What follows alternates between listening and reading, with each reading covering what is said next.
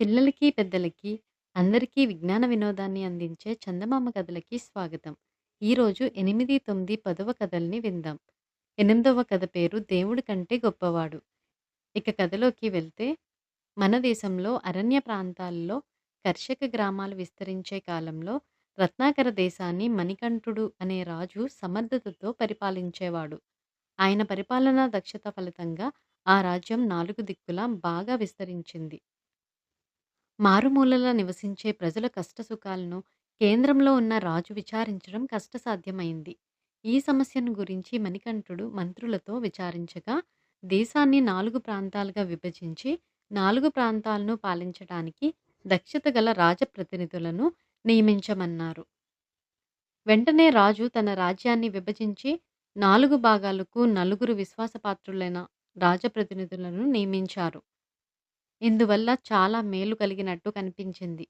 నలుగురు రాజప్రతినిధులు నెల నెల రాజుకు తమ ప్రాంతాల్లో ఉండే ప్రజలకు గల అసౌకర్యాలను గురించి, వాటిని తొలగించడానికి తీసుకుంటున్న చర్యల గురించి నివేదికలు పంపుతూ వచ్చారు. రాజప్రతినిధులు రాజు పట్ల భక్తి విశ్వాసాలు కలవారు అవడానికి సందేహం లేదు.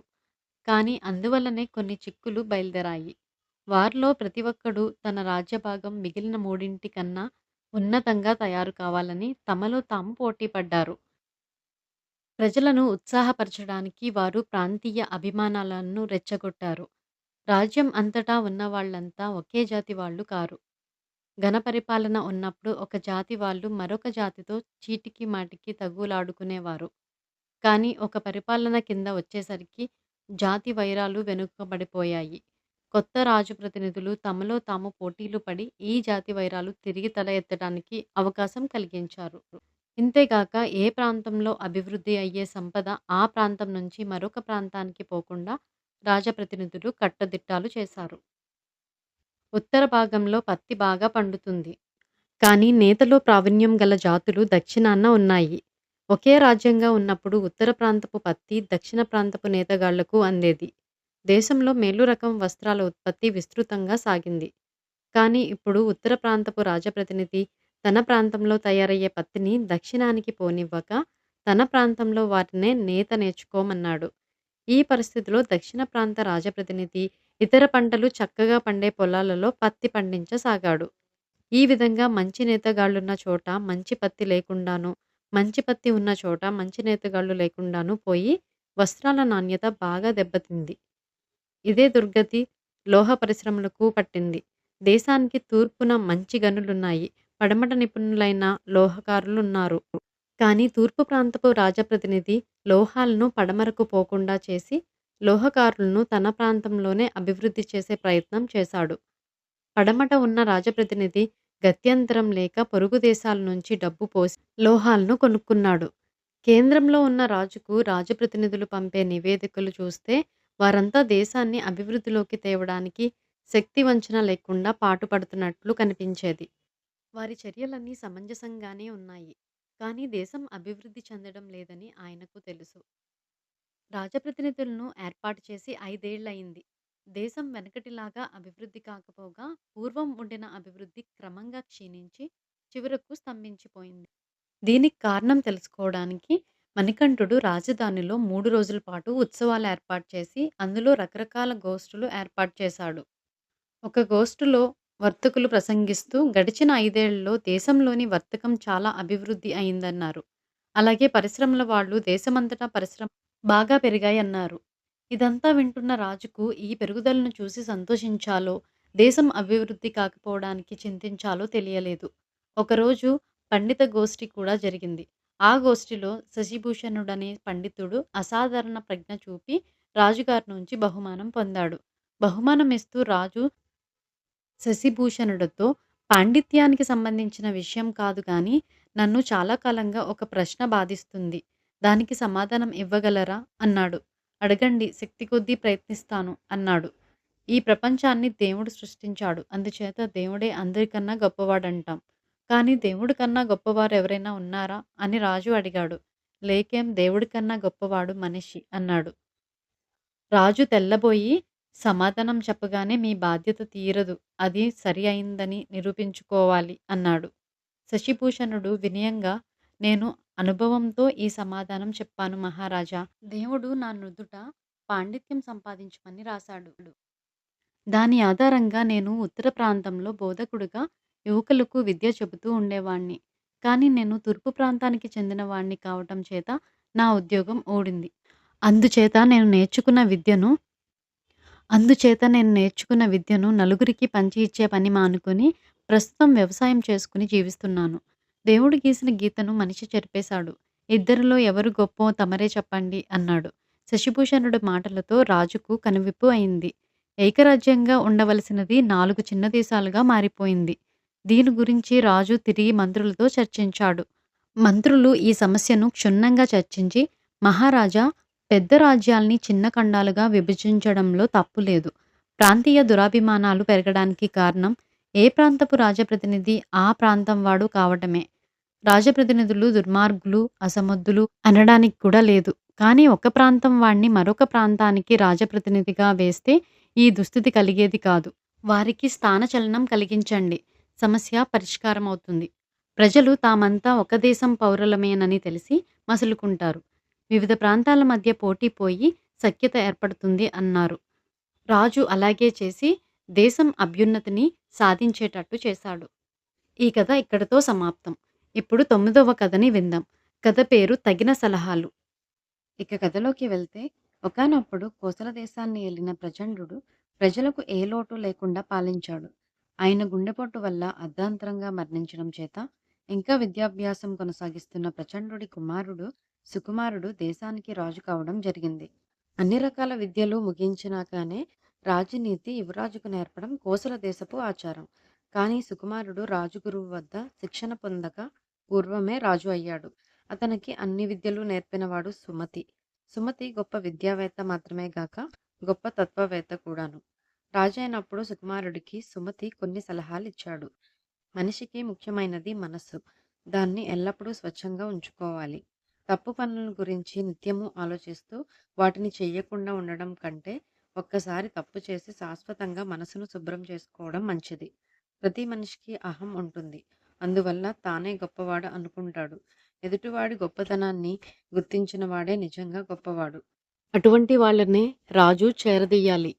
మనుషులు రెండే రెండు రకాలు, మంచివాళ్ళు, చెడ్డవాళ్ళు. దేశంలో చెడ్డవాళ్లను నశింపజేసి మంచివాళ్ళు మాత్రమే ఉండేలా చేయడం రాజు కర్తవ్యం.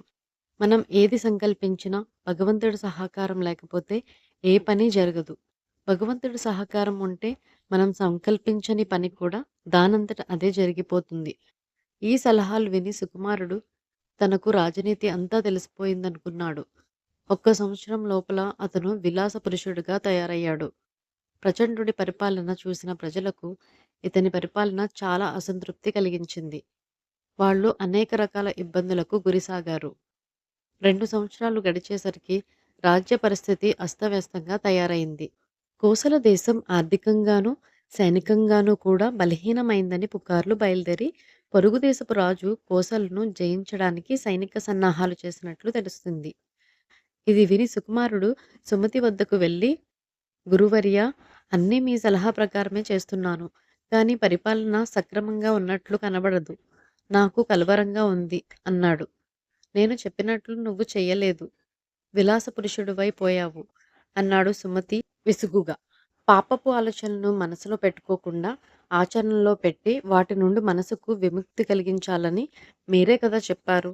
మద్యపానం నుంచి, స్త్రీల నుంచి నా మనసు ఇంకా విముక్తి పొందలేదు అన్నాడు సుకుమారుడు. ఈ మాట విని సుమతి కంగారు పడ్డాడు.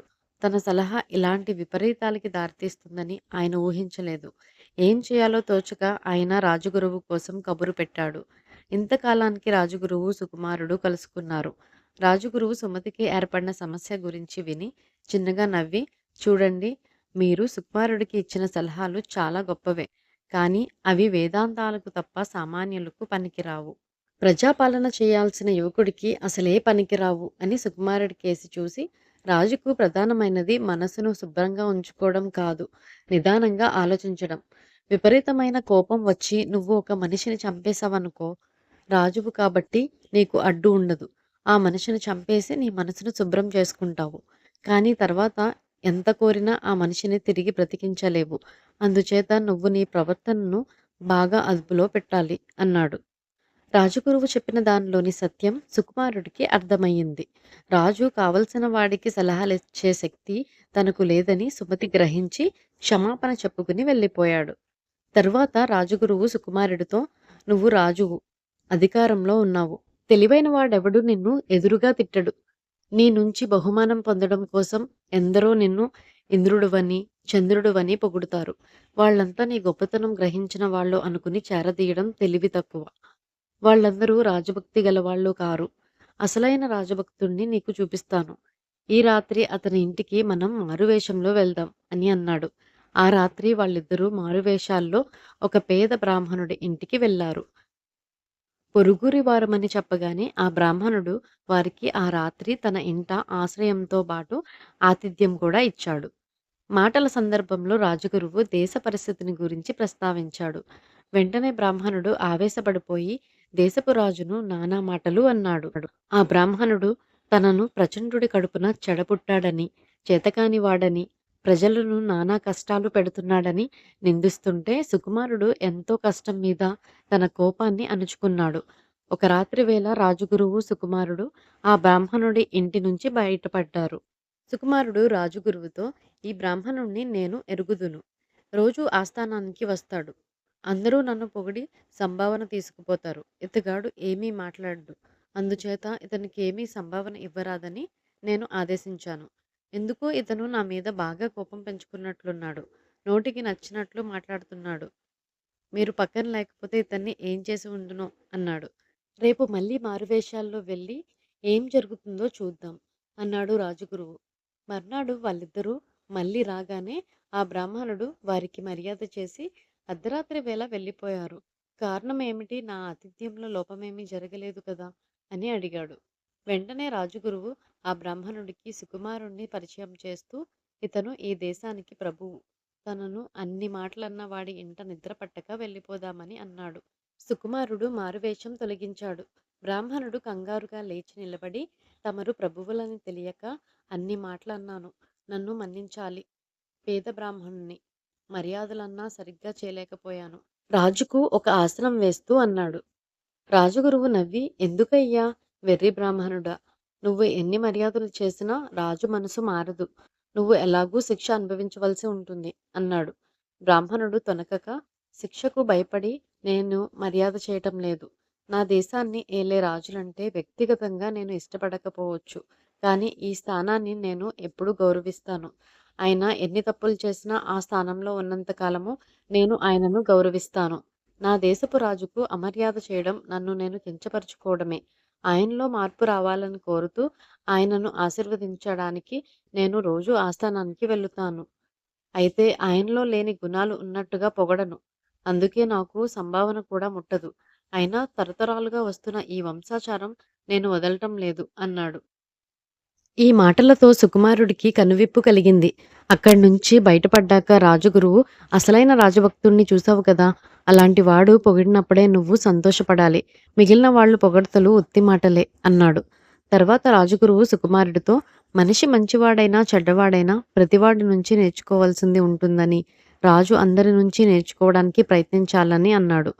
ఈ మాట సుకుమారుడికి అసందర్భంగా తోచి, "మన కారాగారంలో ఎందరో నేరస్తులున్నారు. అటువంటి వాళ్ళ దగ్గర నుంచి ఏం నేర్చుకోవాల్సి ఉంటుంది" అన్నాడు. మర్నాడు రాజగురువు అతన్ని కారాగారానికి తీసుకుపోయాడు. అక్కడ ఉన్న నేరస్తుల్లో ఒకడు గుర్రాల దొంగ. అతి లాఘవంగా ఏ గుర్రమైనా లొంగదీసుకుని క్షణాల మీద మాయమైపోతాడు. అతడి వద్ద గుర్రాల దొంగతనం నేర్చుకోవాల్సి ఉంటుందా అని సుకుమారుడు వెటకారంగా అడిగాడు. "కాదు కానీ ఎంత కొత్త గుర్రాన్ని అయినా ఎలా లొంగదీసుకోవాలో నేర్చుకోవాలి. క్షణాల మీద మాయం కాగల గుర్రపు స్వారీ నైపుణ్యం నేర్చుకోవాలి" అన్నాడు రాజగురువు గంభీరంగా. అలాగే ఎన్నోసార్లు రాజుగారి కోశాగారంలో చొరబడి డబ్బు కాజేసిన దొంగ దగ్గర పటిష్టమైన కాపలా ఉన్న భవనాల్లో ప్రవేశించి విద్య నేర్చుకోవాలని రాజగురువు అన్నాడు. అలాగే ఆయన ప్రతి నేరస్తుడి నుంచి నేర్చుకోవాల్సింది ఏదో ఒకటి ఉందని చెబుతూ వచ్చాడు. ఆఖరికి ఒక నేరస్తుడిని చూపుతూ, "కారాగారాధికారి ఇతన్ని అసహించుకోని వాళ్ళు లేరు. తనకు మేలు చేసిన వారికి కూడా కీడు చేస్తాడు. కృతజ్ఞత అనేది ఏ కొసానా లేదు. ఏ క్షణాన ఏది తోస్తే అది చేసేస్తాడు. ఇతని మూలాన ఎందరో స్త్రీలు మానం కోల్పోయారు. ఎందరో పురుషులు ప్రాణాలు కోల్పోయారు అన్నాడు. ఇలాంటి వాడి వద్ద నేర్చుకోవాల్సిందేముంటుంది? అని సుకుమారుడు అడిగాడు. మనిషి ఎలా ప్రవర్తించకూడదో ఇతడి నుంచి నేర్చుకోవచ్చు అన్నాడు రాజగురువు. వెంటనే సుకుమారుడు చేతులు జోడించి, మీరు చెప్పినవన్నీ అక్షరాలా నిజం అన్నాడు. ఇంకా అయిపోలేదు. ఈ నేరస్తులందరికీ ఈ కాపలా ఎందుకు? అని రాజగురువు అడిగాడు. వీళ్ళు తప్పించుకుపోతే ప్రజలకు అపాయం కదా! అందుకని అన్నాడు సుకుమారుడు. మనం ఏం చేద్దామన్నా భగవంతుడి సహకారం అవసరం కదా! మంచి పనికి భగవంతుడి సహకారం ఉంటుంది కదా! నేరస్తులను కాపలా కాసే భారం భగవంతుడి మీద వెయ్యక, మనుషుల మీద ఎందుకుంచావు? అని రాజగురువు అడిగాడు. ఇది కఠినమైన ప్రశ్నగా తోచి సుకుమారుడు జవాబు చెప్పలేదు. అంటే మన ప్రయత్నం లేకుండా భగవంతుడి సహకారం లభించదన్నమాట. అంతేనా? అని రాజగురువు అడిగాడు. తరువాత సుకుమారుడు రాజగురువు వద్ద ఎన్నో విషయాలు తెలుసుకుని, రాజనీతి అలవర్చుకుని, తండ్రికి మించిన కొడుకు అనిపించుకునేలాగా రాజ్యం చేశాడు. తగిన సలహాలు అనే కథ ఇక్కడితో సమాప్తం. ఇప్పుడు 10వ కథని విందాం. కథ పేరు కనువిప్పు. కథలోకి వెళ్తే రామాపురం అనే గ్రామంలో బాపన్న అనే ఒక ధనికుడు ఉండేవాడు. అవసరానికి మించిన ఐశ్వర్యము, అనుకూలవతి అయిన భార్య ఉండటం వల్ల ఆయన జీవితం చాలా కాలం పాటు ఆనందంగా గడిచింది. లేక లేక కొడుకు పుట్టి వాడు పెరగడం ఆరంభమయ్యేసరికి ఆయనకు పెద్ద సమస్య ఎదురైంది. బాపన్న కొడుకు నారాయణ చిన్నతనం నుంచి పెంకిగట్ట. చిన్నపిల్లవాడు కదా అని బాపన్న వాడి విషయం కొంతకాలం పాటు ఉపేక్ష చేస్తూ వచ్చాడు. కానీ వయసు వస్తున్న కొద్దీ నారాయణ కొరకరాని కొయ్య అయిపోయాడు. ఎవరి మాట వాడికి లక్ష్యం లేదు. 10 ఏళ్ళు వచ్చాయి గాని వాడికింకా ఓనమాలైనా రావు. వాడి ధ్యాస ఆటలపై నుంచి చదువు మీదకి మళ్లించటానికి బాపన్న ఎన్నో ప్రయత్నాలు చేశాడు. కానీ లాభం లేకపోయింది. ఒక్కగానొక్క కొడుకు. వాణ్ణి ఆయన ఏమీ అనలేడు. వాడి భవిష్యత్తు గురించి ఆలోచనలతో ఆయనకు తీరని బెంగ పట్టుకున్నది. ఇలా ఉండగా బాపన్న ఇంటికి సమస్త శాస్త్రాలు, సకల విద్యలు తెలిసిన విద్యానాథుడు అనే మహానుభావుడు వచ్చాడు. ఒకప్పుడు బాపన్న ఆయన వద్ద విద్యాభ్యాసం చేశాడు. తన పూర్వ విద్యార్థిని చూసిపోదామని ఆయన ఇప్పుడు వచ్చాడు. ఆయనతో బాపన్న తన కొడుకు గొడవ చెప్పుకున్నాడు. విద్యానాథుడు నవ్వి చిన్నతనంలో మితిమీరిన గారాబం చేయటం చేత పిల్లలు ఇలాగే చెడిపోతారు. నేనిక్కడ ఒక వారం రోజులుండి మీ అబ్బాయిని దారిలో పెట్టగలనేమో చూస్తాను అని అన్నాడు. ఆ రోజు సాయంత్రం ఆయన నారాయణతో కాసేపు మాట్లాడాడు. వాడికి కొత్త వాళ్ళంటే బెరుకు లేదు. పెద్దవాళ్ళంటే గౌరవం లేదు. తనకు ఆటలంటే ఇష్టమని నారాయణ ఆయనకు చెప్పాడు. నువ్వు ఎలాంటి ఆటలు ఆడతావో నాకు చూడాలని ఉన్నది. నీ ఆటలు బాగుంటే నేను కూడా ఆడతాను. చదువుకోమని ఇక మీ నాన్న నిన్ను వేధించకుండా చూస్తాను అన్నాడు విద్యానాథుడు. ఈ మాటతో నారాయణకు ఉత్సాహం కలిగింది. వాడు ఆయనతో నేను ఇంట్లో ఆడేవి ఆటలే కావు. నా అసలు ఆటలు చూడాలంటే ఊరి బయట కొండ మీదకి రావాలి అని అన్నాడు. విద్యానాథుడు అలాగే పోదాం పద అన్నాడు. ఇద్దరూ కలిసి ఊరి చివర కొండకు పోతుంటే దారిలో తగిలిన అనేక మంది గ్రామస్తులు విద్యానాథుడికి పడి పడి దన్నాలు పెట్టారు. అది చూసి నారాయణ చాలా ఆశ్చర్యపడి వాళ్ళు అలా దన్నాలు పెట్టడానికి కారణమేమిటని విద్యానాథుణ్ణి అడిగాడు. అది తర్వాత చెప్తాను. ముందు నీ ఆటలు చూడని అన్నాడు విద్యానాథుడు. కొండ దగ్గర చాలామంది పిల్లలు రకరకాల ఆటలు ఆడుకుంటున్నారు. నారాయణ చూడగానే ఎంతో ఉత్సాహంతో కేకలు వేస్తూ ముందుకు రాబోయిన పిల్లలు వాడి పక్కన విద్యానాథుణ్ణి చూసి వెనక్కి తగ్గారు. పర్వాలేదు, ఈయన మన ఆటలు చూస్తారట, రండి మనం ఆడుకుందాం అని నారాయణ వాళ్లకు ప్రోత్సాహం ఇచ్చాడు. తరువాత పిల్లలంతా కలిసి ఏవేవో ఆటలు ఆడుకున్నారు. లోపల చిరాకు అనిపించినా విద్యానాథుడు అవన్నీ ఓపిగ్గా చూశాడు. కొంతసేపు గడిచాక ఆయన నారాయణ్ను పిలిచి, ఇందాక చాలామంది నాకు నమస్కారాలు చేయడం గురించి అడిగావు. నీకు కూడా అలా గౌరవం పొందడం ఇష్టమేనా అని అడిగాడు. ఇష్టమే, కానీ అందుకు ఏం చేయాలి అని నారాయణ ఎదురు అడిగాడు. బహుశా ఈ ఆటలు మానవలసి ఉంటుంది నువ్వు. ఆ పని చేసేటట్టయితే నిన్ను అందరూ గౌరవించేలాగా నేను చేయగలను. ఏమంటావు? అన్నాడు విద్యానాథుడు. నేను ఆటలు మానేస్తానే అనుకుందాం. మీరు నాకు గౌరవం కలిగేటట్టు చేయగలరని నమ్మకమేమిటి? అని నారాయణ నిర్లక్ష్యంగా అడిగాడు. ఈ ప్రపంచంలో నాకు అసాధ్యమంటూ లేదు. నేను తలుచుకున్నానంటే ఎవరికైనా దేనికైనా గౌరవం లభించి తీరుతుంది అన్నాడు విద్యానాథుడు. నారాయణ వెటకారంగా నవ్వుతూ అటూ ఇటూ చూసి కొంచెం దూరంలో నేల మీద పడి ఉన్న నల్ల రాతిని కాలుతో విద్యానాథుడి కేసి తోస్తూ చెప్పండి, ఈ రాయికి కూడా గౌరవం కలిగిస్తారా అని అడిగాడు. విద్యానాథుడు తొనకకుండా ఈ రాయికి ఎలా ప్రతిష్ఠ కలిగిస్తానో రేపు నువ్వే చూస్తావు అని రాయి తీసుకుని అక్కడి నుండి వెళ్ళిపోయాడు. ఎవరో పిచ్చివాడిలా ఉన్నాడు అని పిల్లలందరూ నవ్వుకున్నారు. నారాయణ మటుకు విద్యానాథుడు రాయి తీసుకుపోవడం చూసి కాస్త ఆశ్చర్యపడ్డాడు. మర్నాడు నారాయణ నిద్ర లేచేసరికి ఇంటి నడవలో చాలా హడావుడిగా ఉన్నది. అదేమిటో తెలుసుకుందామని వాడు అక్కడికి వెళ్ళేసరికి ఒక బల్ల మీద జీవకళ ఉట్టిపడే కృష్ణ విగ్రహం ఉన్నది. జనం ఒక్కొక్కరై వచ్చి దానికి నమస్కారం చేసి పోతున్నారు. విద్యానాథుడు అక్కడే నిలబడి ఉండి నారాయణ్‌ను చూడగానే బయటికి రమ్మని సైగ చేశాడు.